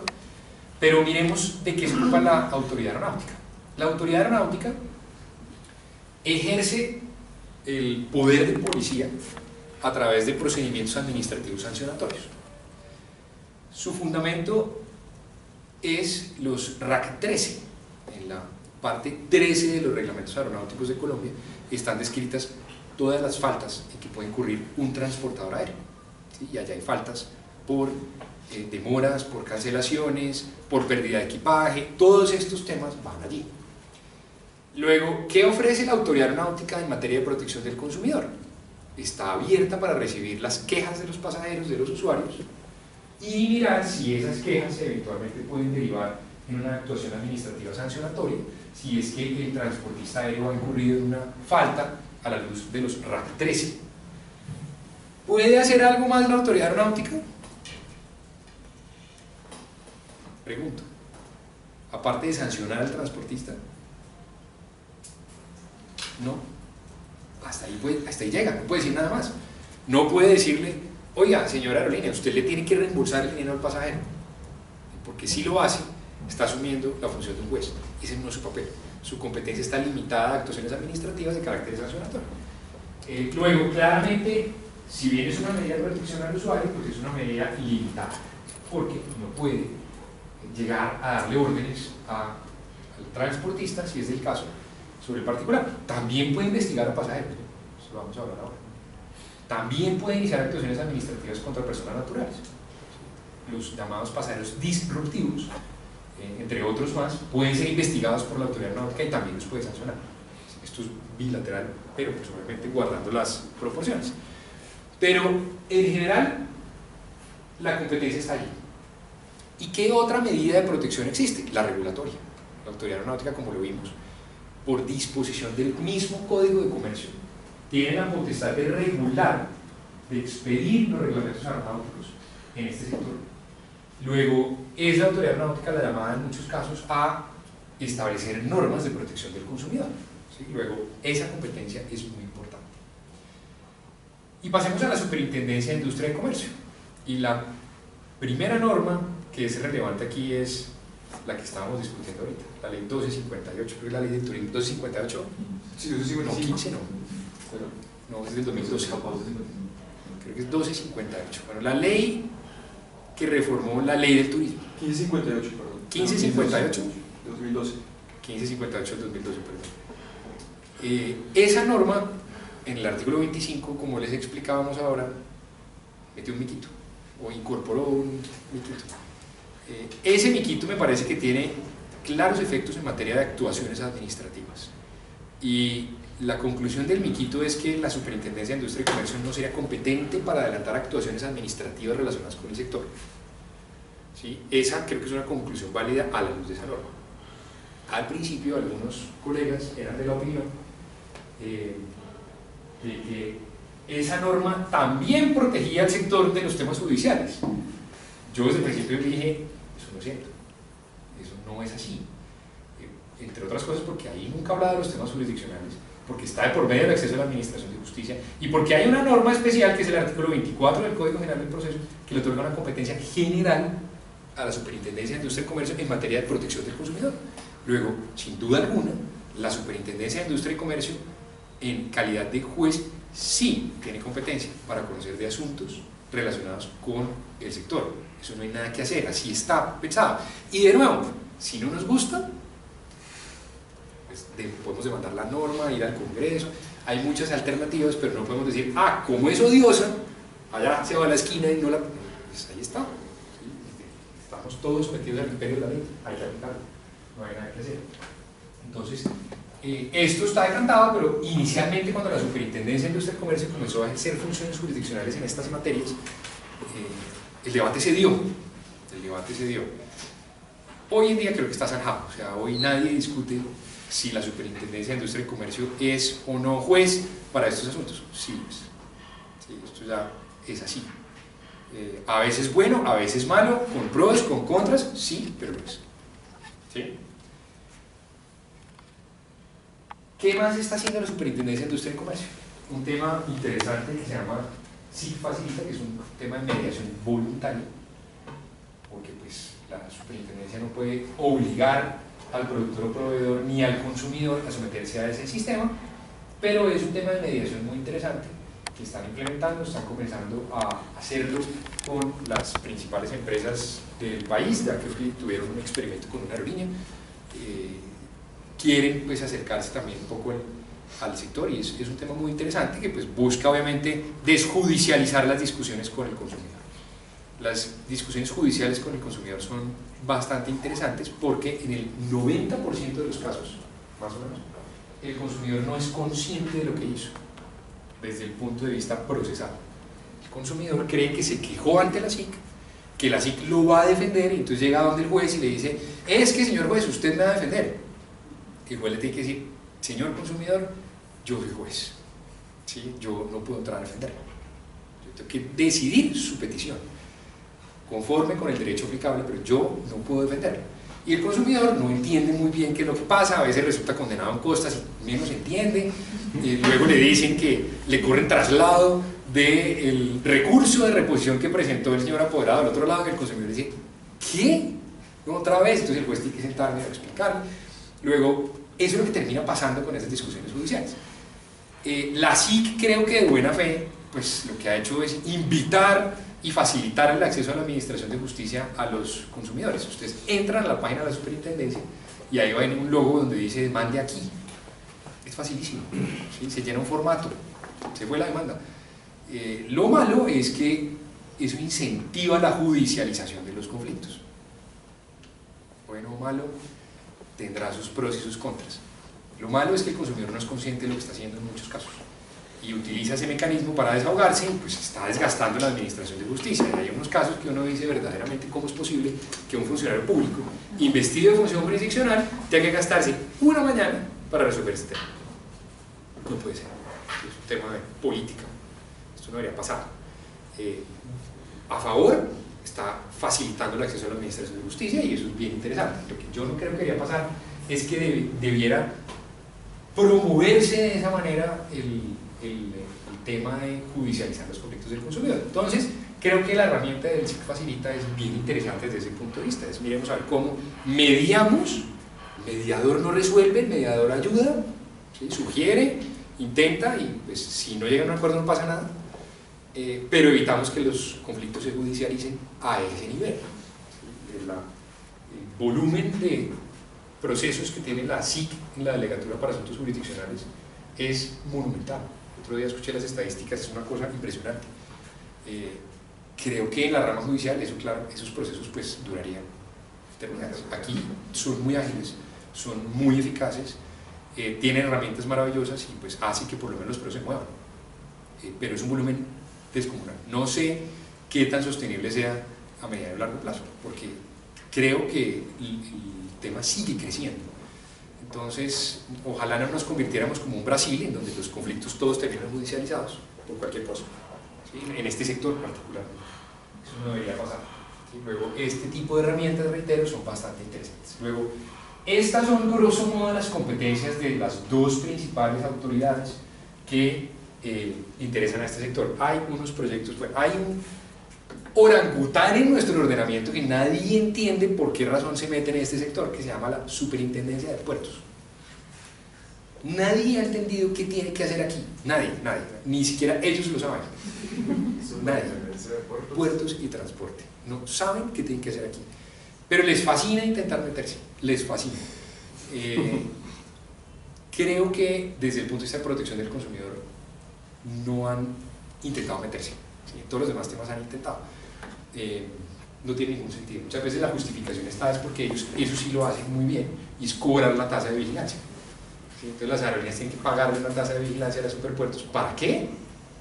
Nadie ha podido entender eso. Si ellos derivan su competencia de del concepto de la Sala de Consulta y Servicios Civil del Consejo de Estado y una sentencia de constitucionalidad de la Corte Constitucional, y por allá la sacan y ahí está. Pero hay proyectos de ley que buscan darle a los superpuertos funciones para intervenir también en el sector. Fatal, pero bueno, si eso llega a suceder. Una pregunta, ¿la Superintendencia de Industria y Comercio no tiene facultades administrativas para investigar a las empresas digamos, a las aerolíneas por el hecho de haber transferido derechos colectivos del consumidor? Me explico. Sí. En un ejemplo, una publicidad engañosa de alguna aerolínea X, y resulta que la Superintendencia simplemente recibió no una acción. Perfecto. Yo creo que ahí sí, Fernando. Sino una queja. Yo creo que ahí sí. Es que de pronto, si lo tiene a la mano, sería muy bueno leer el parágrafo del artículo 25 de la ley 1558. No, pero por eso quiero que lo leamos, el que pueda ubicar para tener claro el fundamento de eso. Creo que en esos temas de publicidad engañosa sí tiene competencia. Es que hasta donde recuerdo esa norma, la ley 1558 habla de reclamos. Aunque, mentira, los temas de publicidad engañosa en el sector, entre otras cosas, también están previstos en la resolución 1582. Luego caen en cabeza de la autoridad aeronáutica. Pero es importante que leamos esa norma. ¿Ya lo tiene? Sí, parágrafo segundo. Sí. Artículo 25 de la Ley 1558 del 2012, parágrafo segundo. Las reclamaciones que se susciten en desarrollo de la prestación del servicio de transporte aéreo serán resueltas por la entidad aeronáutica como única entidad competente del sector. Las reclamaciones. Se excluye a esta industria la competencia determinada en la Ley 1480. Ajá, exacto. Las reclamaciones que se presenten en la industria. En desarrollo de la prestación del servicio. En desarrollo de la prestación del servicio. No sé, pues, digamos, lo preguntaba porque también me seguía generando como la inquietud, justamente por lo que estábamos comentando ahora. Es la autoridad aeronáutica. Y de hecho, Fernando, en los RAC 13 hay normas sancionatorias, hay tipos sancionatorios para temas de publicidad engañosa en el sector. Y son sanciones bastante altas, bastante cuantiosas. Luego, esto en principio también está en cabeza de la autoridad aeronáutica. Hay que discutir sin esos temas puntuales, pero en principio están en cabeza de la autoridad aeronáutica. La SICA sí ha entendido la mayoría de los temas administrativos cuando le llegan quejas, al menos en protección del consumidor, por competencias que van a la luz civil, con base en esa norma. ¿Sí? Digamos que la delegatura de protección del consumidor no tiene injerencia. Exacto. Simplemente las asuntos jurisdiccionales. Las asuntos jurisdiccionales puede ser un tema judicial, pero la de protección del consumidor, eso va a la aeronáutica siempre. Okay. ¿Sí? Bien. Y tenemos a revisar entonces alguna pregunta de los mecanismos de protección del consumidor básicos. Pues esto es simplemente un brochazo que no podemos detenernos de todos, pero es una idea general. Entremos a revisar los aspectos más relevantes de formación y resolución del contrato de transporte. ¿Sí? ¿Qué normas son relevantes aquí? A, la ley 1580, la resolución 1582 de 2012 de la aeronáutica civil, temas de información, muy importante. Y B, la ley 1480 de 2011, que establece un tema muy importante también. En lo que tiene que ver con la formación del contrato, es importante recordar que el contrato de transporte se perfecciona. ¿Cómo se perfecciona el contrato de transporte? ¿Es un contrato solemne? ¿Es un contrato de qué naturaleza es? ¿Consensual? Consensual, exactamente. Luego basta con el acuerdo de voluntades para perfeccionarse. El tiquete aéreo es la prueba del contrato de transporte, pero eso no quiere decir que sea la única. ¿Sí? Es prueba, pero no es la prueba, sino es prueba del contrato de transporte. Y esto nos lleva al tema de libertad tarifaria, porque si algo ha sido también considerado odioso por algunos, es el tema de la inflexibilidad de las tarifas.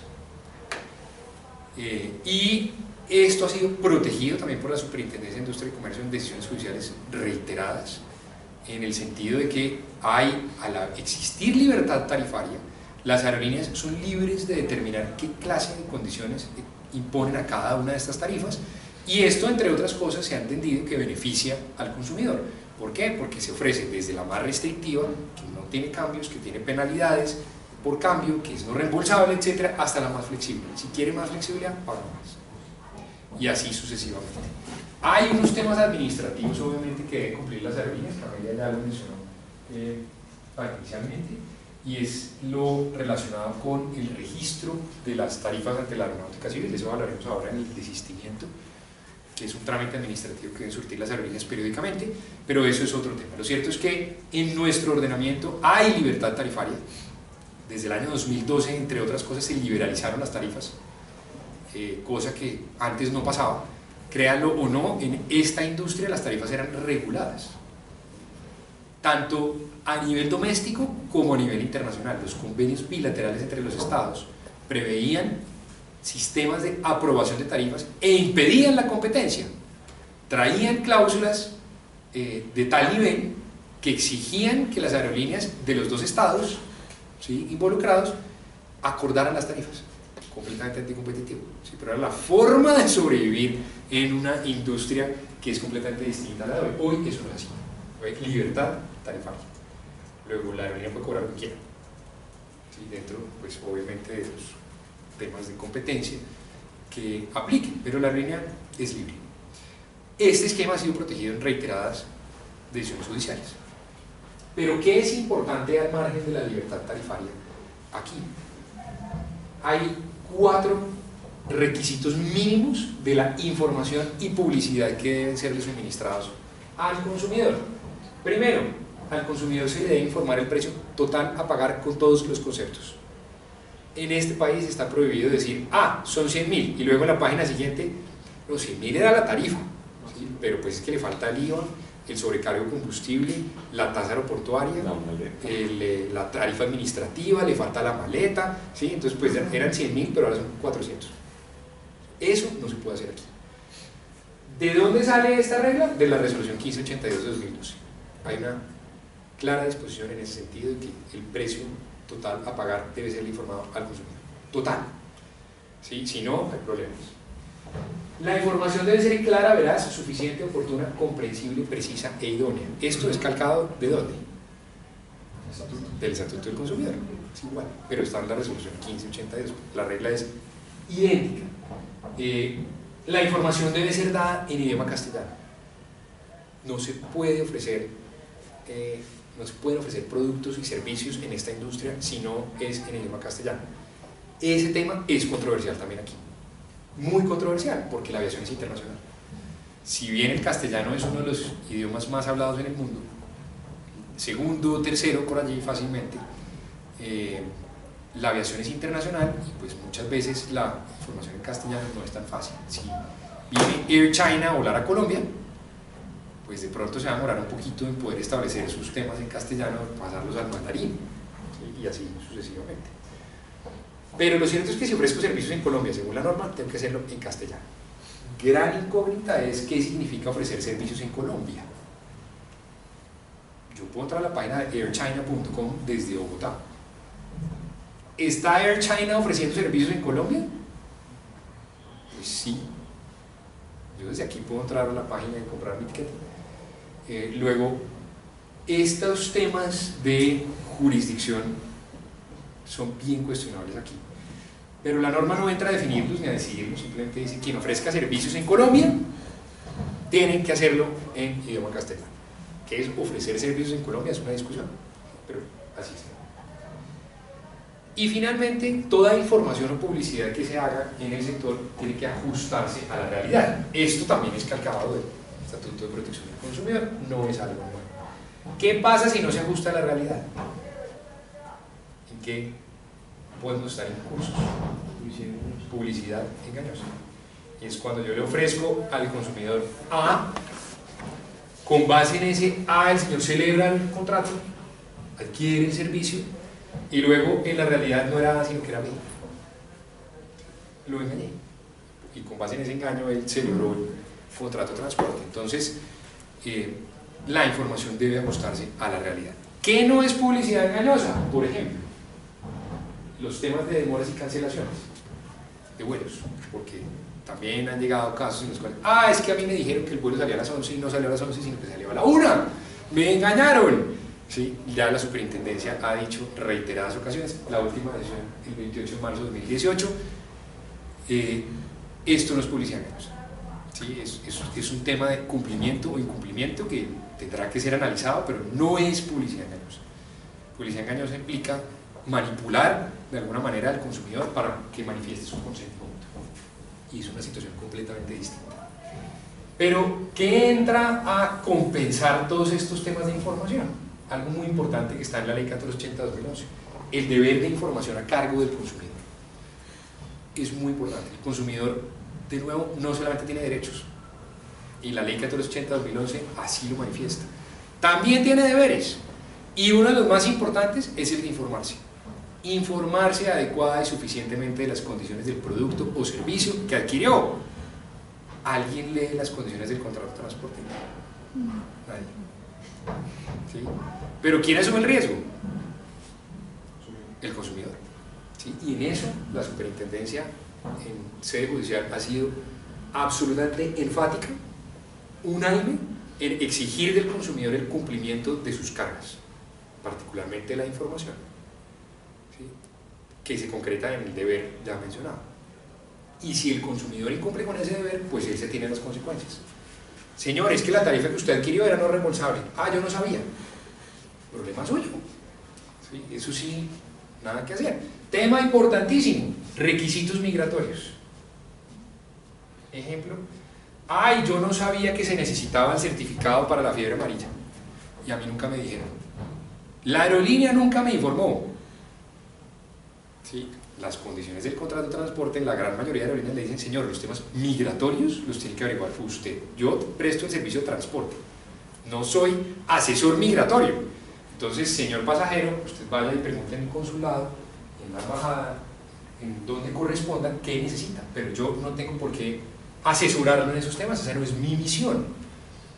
Estos temas también han sido ya decantados por la Superintendencia de Industria y Comercio, lo que tiene que ver con el consentimiento del consumidor versus la necesidad de informarse previamente de las condiciones del servicio y los requisitos migratorios, en donde enfáticamente se ha concluido que el consumidor es el responsable de informarse de eso. Si no lo hace, él es el responsable. Una pregunta, ¿tiene alguna relevancia el medio de compra de un tiquete, por ejemplo, en relación con el deber de información del pasajero? Me explico.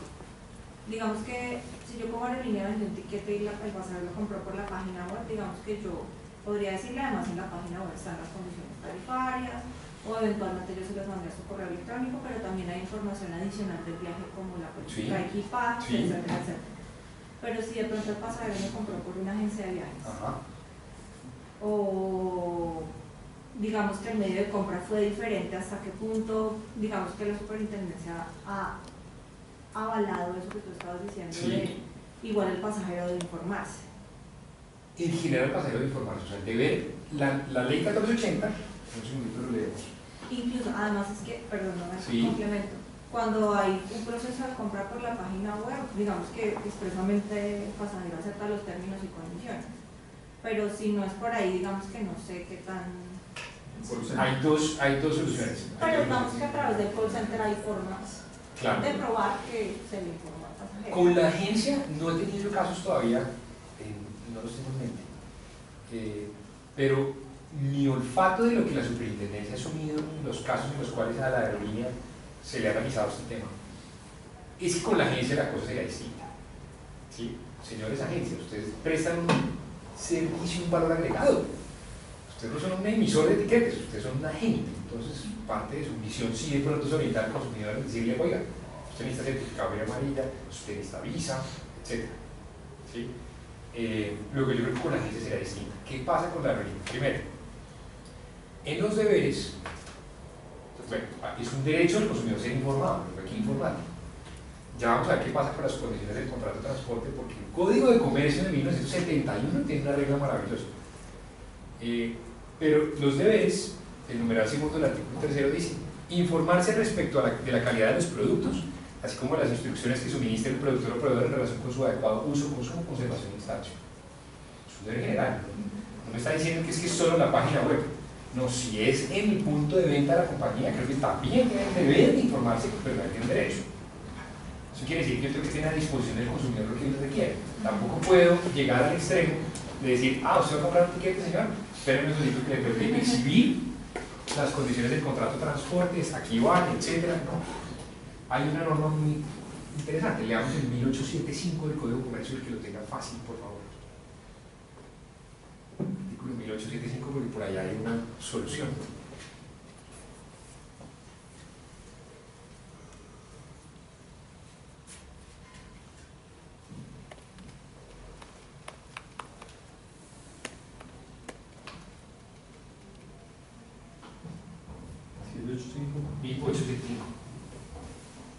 Cláusula del contrato de transporte aéreo.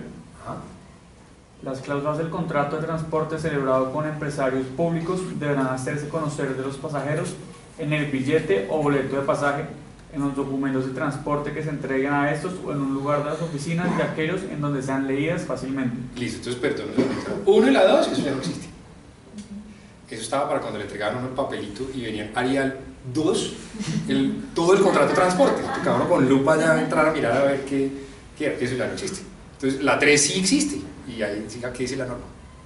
Los aspectos no contemplados en el presente código o en otras leyes, decretos o reglamentos oficiales que se refieren a las condiciones del transporte podrán ser regulados por las empresas aéreas de transporte público mediante reglamentación que requiere aprobación de la autoridad aeronáutica. Ajá. Y también sí. No, tales reglamentos deberán ser exhibidos por las empresas en lugares donde sean fácilmente conocidos del usuario. En lugares donde sean fácilmente conocidos del usuario. Ni siquiera dicen dónde. Y esto es una norma del 71. Esto es plenamente aplicable hoy. ¿En dónde? En la página. Ahí está. Luego, esa norma, conjugada con este deber genérico y este derecho correlativo del consumidor, me permitiría concluir, pues señor, yo no tengo porque cuando venga la etiqueta no estoy obligado a sacarle el libro de las cosas. No.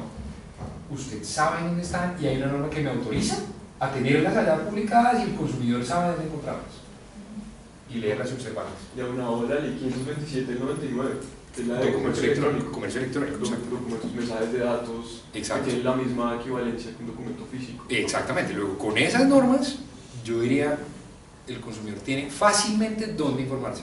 No tengo que entregarle un libro cada vez que quiera un tiquete.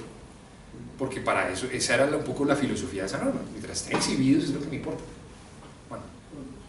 Con ocasión a todo este escándalo de Facebook, va a empezar un debate muy importante a nivel mundial sobre lo que se está informando por parte de los proveedores y que los consumidores están aceptando sin leer. Y es que, y esto pasaba en el marco de la interrogación que hacía el Congreso a Mark Zuckerberg, que todos vimos, para donde va el tema es que qué tanto está cumpliendo el proveedor del servicio a poner a disposición un link del consumidor que sean 7.458 palabras sobre, o con conceptos que ni siquiera Nadie se lo nadie va a leer, nadie entiende. ¿Hasta qué punto estamos cumpliendo ese deber de información?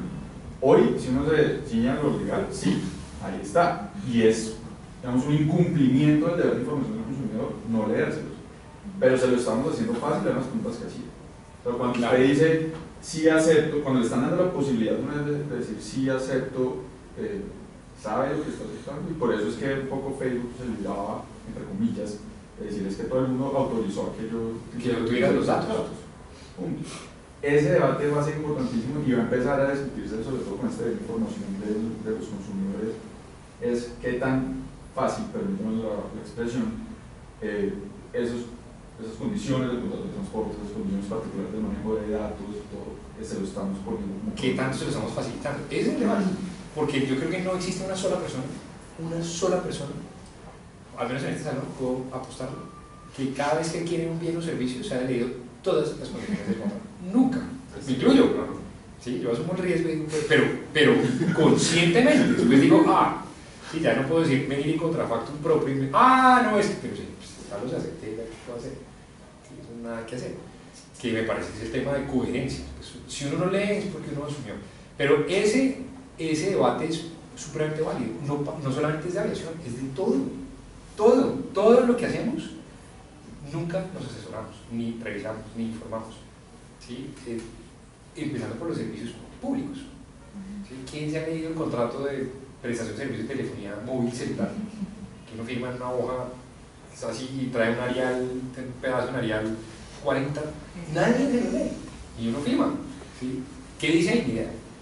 Claro, después me dicen, ah, señor, es que los mensajitos que le estamos mandando es usted. Yo quería aportar como algo al respecto de ese tema de la buena fe, un poco también en relación con eso. Sí, eso es cierto. Que hace alusión el marco de todas esas relaciones. Muchas veces se tiende a pensar, al principio lo comentaba Carlos Arboleda, lo comentaba al principio, y es que hay como una concepción muy general en la que uno entiende y concibe que el consumidor y el empresario, el proveedor, son o están en batalla. Y yo creo que, y aquí volviendo a la típica frase de todos somos consumidores, es que en realidad todos terminan siendo, la relación de consumo termina siendo un equilibrio en el cual tanto productor, consumidor, proveedor se necesitan a sí mismos. Entonces no pueden ser entendidos como una batalla, sino más bien como un intercambio de información. Pero eso creo que la buena fe, digamos, se encuadra perfectamente. Hay que informarse y no solo ideas.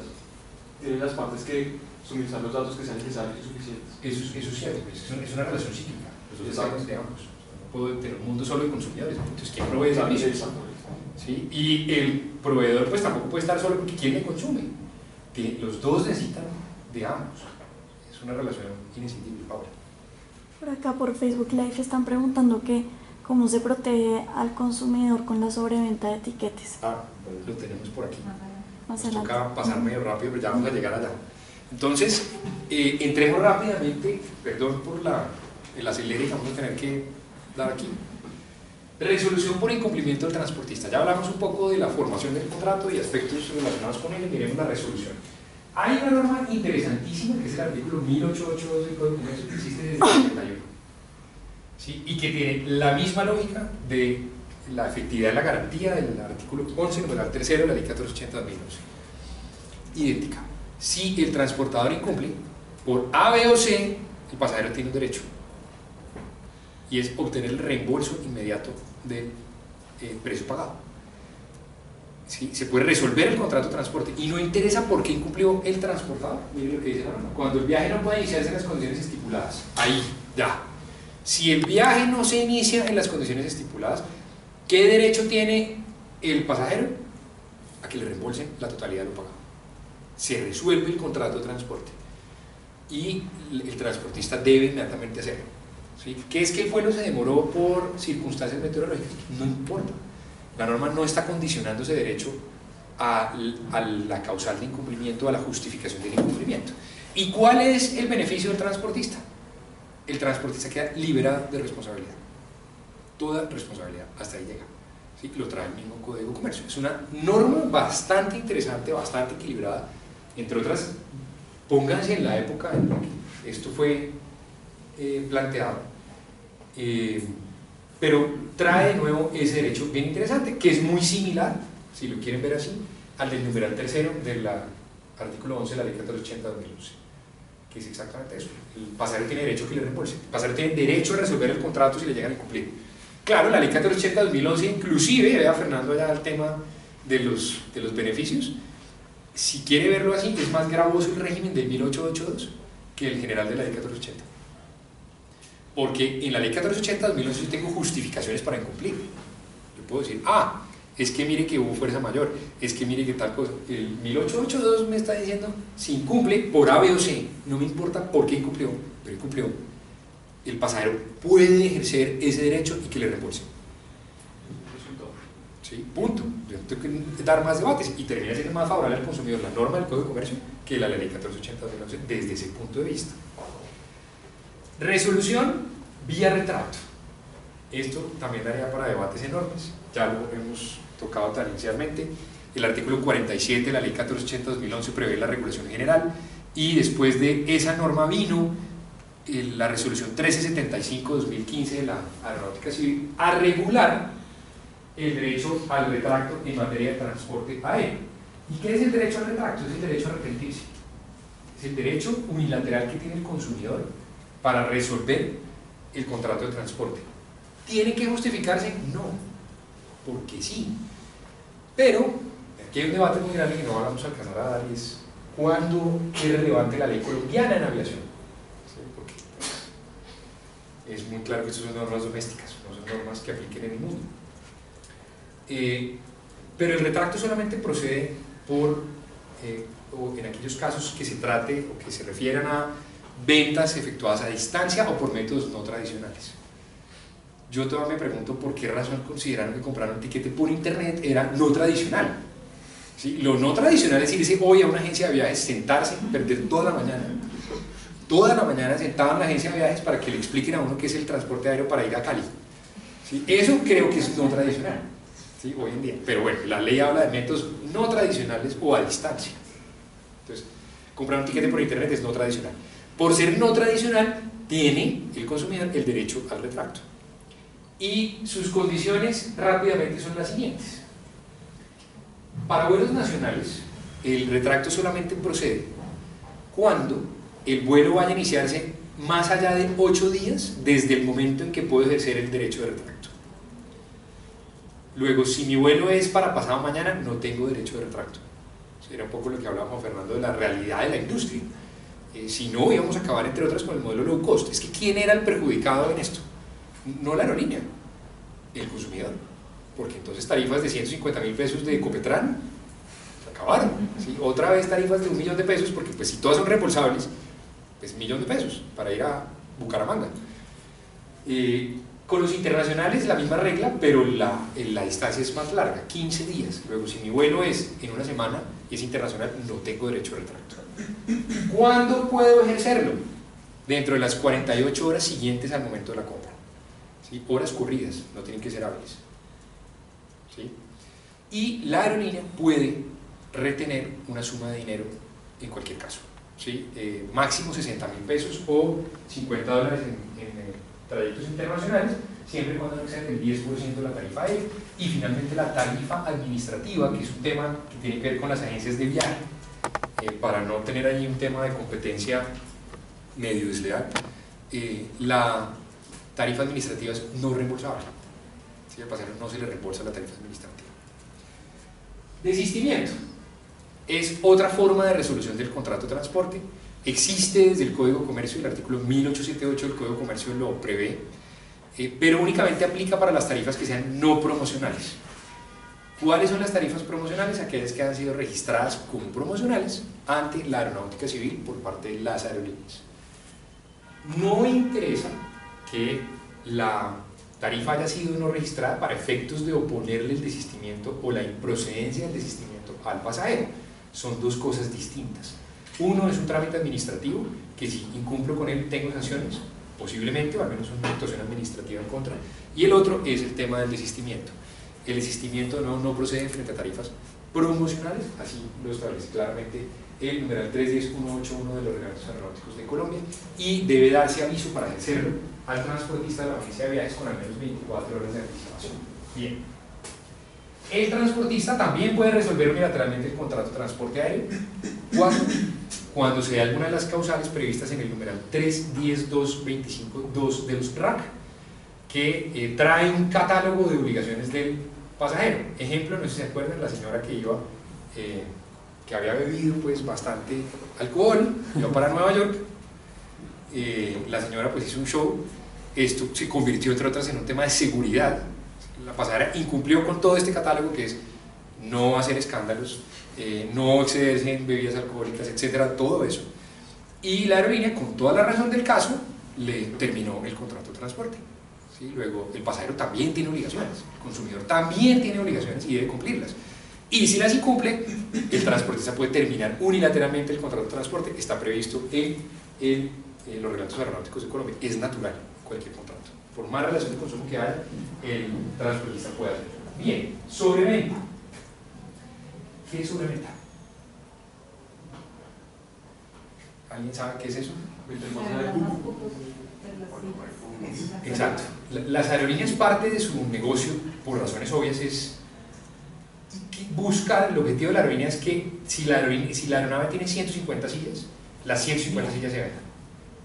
Por razones obvias. Es que a mí operar el vuelo me cuesta igual con 20 pasajeros que con 150. ¿Sí? Luego yo quiero optimizar mi capacidad. Y por eso parte del negocio, ya te doy la palabra con ella, parte del negocio mundial se mide en factores de ocupación. Para entender qué tan sana está la industria, uno de los criterios es mirar el factor de ocupación de los vuelos. Es fundamental el load factor. ¿Sí? Me toca hacerles una moción de Sí, orden. Yo creo que hay que entrar a concluir. Sí, ya está, con eso terminamos.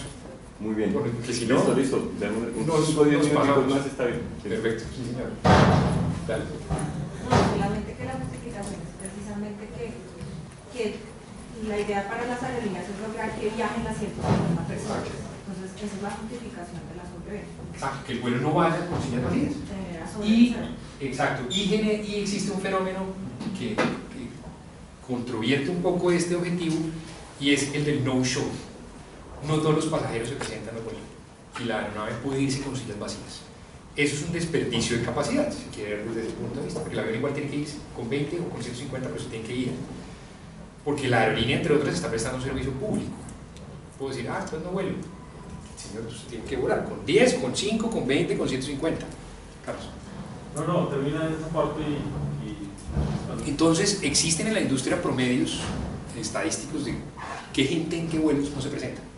Y hay unos promedios.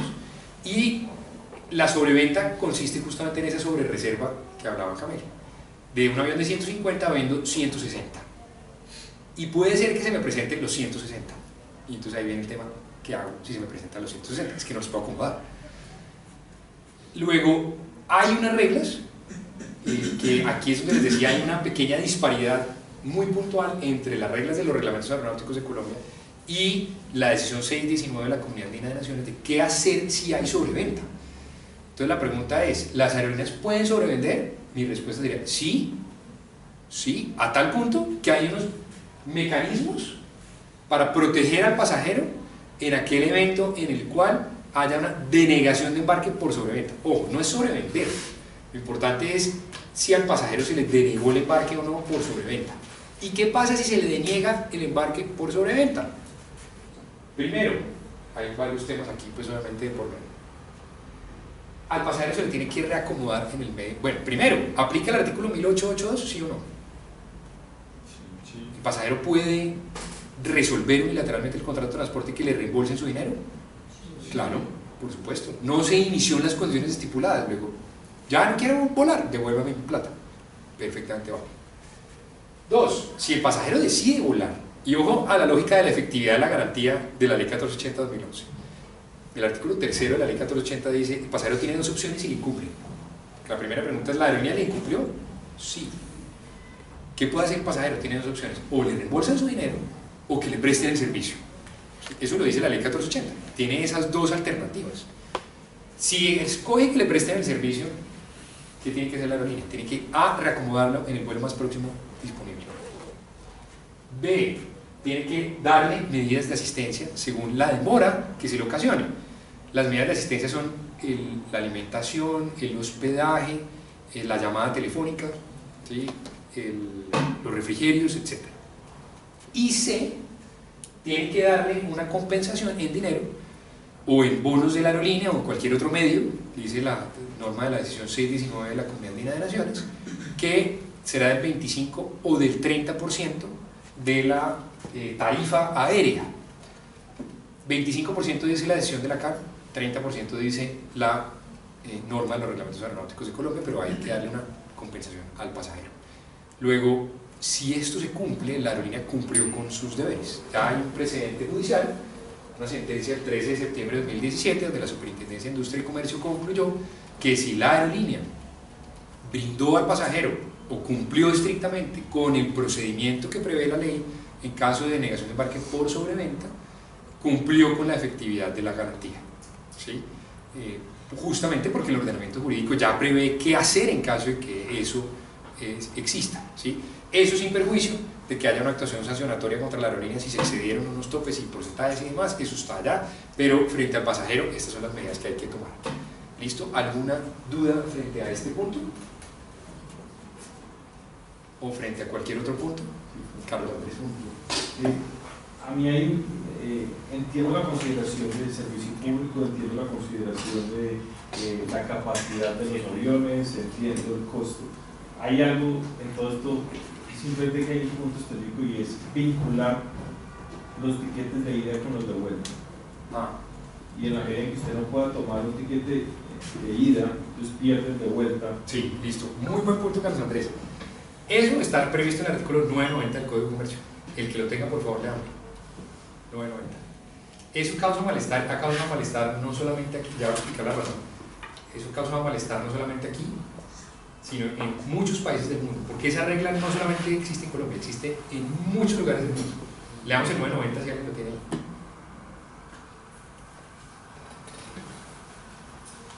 Los contratos de transporte deberán ejecutarse en el orden en que se hayan celebrado. Si no pueden establecerse dicho orden o en el caso de solicitudes simultáneas de transporte, se estará a lo que dispongan los reglamentos oficiales. Exacto. Entonces, el contrato de transporte tiene que ejecutarse en el orden en el que fue contratado. Si yo compré Bogotá-Cali, Bogotá-Medellín, tengo que hacerlo en ese orden. Si no vuelvo en Bogotá-Cali y luego me presento, hola, llegué, ¿qué es lo que sucede? La reserva automáticamente se canceló de todos. Entonces lo que primero me dicen es, señor, si usted no tiene reserva. ¿Así? ¿Sí? Pues en las condiciones del contrato de transporte que nadie leyó, allá dice que si yo no me presento en el primer trayecto, se cancelan automáticamente el resto de reservas. ¿Sí? ¿Cuál es la lógica detrás de todo esto? Que si yo, por ejemplo, quiero volar de Popayán a Miami, yo entro a la página de Popayán a Miami, y hay una tarifa para el Popayán Miami, independientemente de que yo me vaya por Bogotá. Y puede ser distinta al Bogotá-Miami porque son condiciones de mercado diferentes. Lo que hace la gente es, perfecto, me sale más barato, entonces yo compro Popayán-Miami, pero yo llego al aeropuerto El Dorado y arranco en Bogotá. Entonces la aerolínea le dice, pero señor, es que su contrato de transporte no era en Bogotá-Miami, su contrato era en Popayán-Miami. Y las condiciones tarifarias son distintas, y ahí se presentan los problemas. Bien, si no hay más dudas, pero sí, no entiendo la lógica de todo esto. Sí. Para que no acabo también haciendo una vinculación, es decir, yo estoy comprando un tiquete en el sentido de que si usted me está discriminando y después no me permite utilizar esa discriminación, es decir, el problema de la discriminación es un problema de quien discrimina, no del discriminado. Entonces, si usted me está discriminando, que me genera más barato el tiquete por ser desde Popayán, ese es un problema, que yo no pueda utilizar un mecanismo que me permita tomarlo en Bogotá. Pero eso pareciera más un problema para la aerolínea que un problema para el consumidor. Si estamos en ese caso de mala fe, es decir, sí, por ponerle un punto, pero el caso ordinario es que usted llegó al aeropuerto por alguna condición y no pudo tomar ese vuelo, usted busca tomar otro vuelo, o peor aún, usted compró con diferentes compañías y no llegó a uno, pues entonces busca el otro y esa compañía le quita todo, porque después usted iba a enlazar con la misma compañía más adelante. sí. O aún viajando con la misma compañía, del trayecto, por ejemplo, no sé, Popayán, Bogotá, Bogotá-Miami. Usted toma Popayán, Bogotá, con la misma aerolínea, pero en otro vuelo. También perdió. O sea que el criterio no es, y usted pagando el otro, sí, pagando el otro tiquete. O sea que el criterio es que yo lo estoy discriminando porque si usted me puede falsear. Carlos, pero ahí está la pequeña distinción, es que yo no pagué dos trayectos separados, pagué un solo trayecto, o sea, para efectos contractuales pagué un trayecto, yo no, porque si no, entonces serían dos tiquetes, entonces yo compro separado. ¿Sí? Yo no pagué, y la tarifa es distinta, completamente distinta. Además, digamos que también hay un tema como de probabilidad, no sé si llamarlo, pero pues que le garantiza a la aerolínea si usted en realidad sí se va a presentar para el mismo segmento. Entonces, digamos que legalmente está la posibilidad para la aerolínea de cancelar todo el contrato de transporte si la persona no se presenta primero. Ahora, también hay un deber de información del pasajero de avisarle a la aerolínea, yo no me voy a presentar, y en ese caso pueden proteger los segmentos siguientes. No, 24 horas. No, desde que si no alcancé a llegar, para decirle usted a la aerolínea, mire, no me cancele el vuelo siguiente, son como 45 minutos, no son 24 horas. Vamos, en la norma de los RAC en Colombia hay una ventana que son 24 horas. Pero para fines prácticos puede que son 24 horas no le den para tomar el siguiente. Claro. Bueno, muchas gracias a todos por su participación, espero que haya sido interesante y ha sido un placer estar aquí con ustedes. Muchas gracias.